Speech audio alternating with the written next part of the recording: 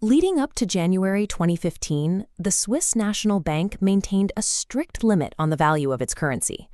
For 3 years, they defended this flat line at 1.20, printing francs to create artificial demand and prop up the exchange rate. On January 15th, that floor broke.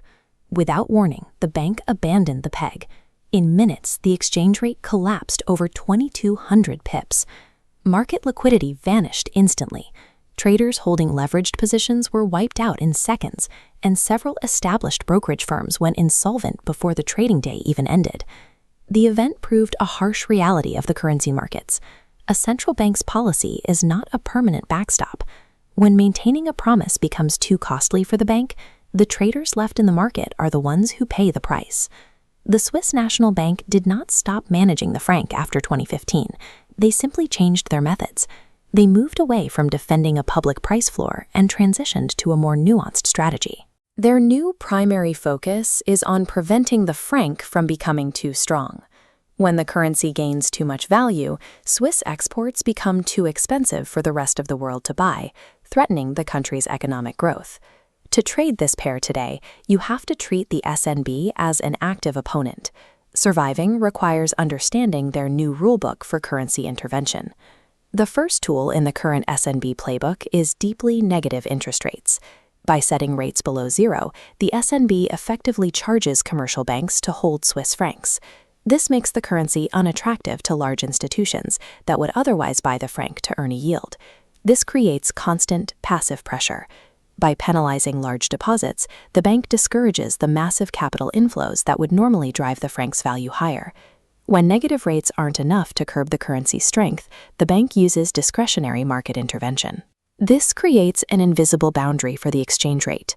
If the franc strengthens too rapidly, the SNB can step into the market at any moment to sell the franc and force the price back down. These two tools create a specific market environment: long periods of low volatility drift, punctuated by sudden, sharp reversals when the SNB decides their pain threshold has been crossed. To stay ahead of those reversals, you have to monitor the triggers that force the SNB to act. The primary driver is the interest rate gap between Switzerland and the European Central Bank. If the ECB raises rates while the SNB holds steady, the euro becomes more attractive for investors. This naturally pushes the euro-CHF exchange rate higher. But if the SNB is forced to hike rates more aggressively than the ECB, the franc strengthens, and the exchange rate drops toward the SNB's intervention zone. The second major trigger is the franc's status as a global safe haven. During times of extreme geopolitical tension or widespread stock market panic, global capital floods into Switzerland for safety. This is a critical signal for traders. A rapid, panic-driven move into the franc is exactly the kind of event that provokes the SNB to step in and push the price back. Because the SNB's actions are unannounced, relying purely on technical chart patterns for the euro-CHF is often insufficient. Instead, the strategy requires analyzing the SNB's quarterly monetary policy assessments and official press conferences. The specific language used by the bank serves as a primary indicator. If the governors describe the franc as highly valued, it is a direct signal that they are ready to intervene in the market.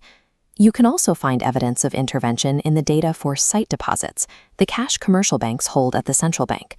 A massive, unexpected spike in this data is the numerical evidence that the SNB has been active in the market. By cross-referencing these official statements with raw deposit data, you can build a map of the SNB's current pain threshold before the bank actually strikes.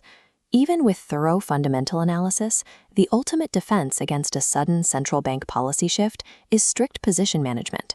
For the euro-CHF, this means using smaller position sizes and wider stop losses than you would on other pairs to absorb sudden spikes in volatility.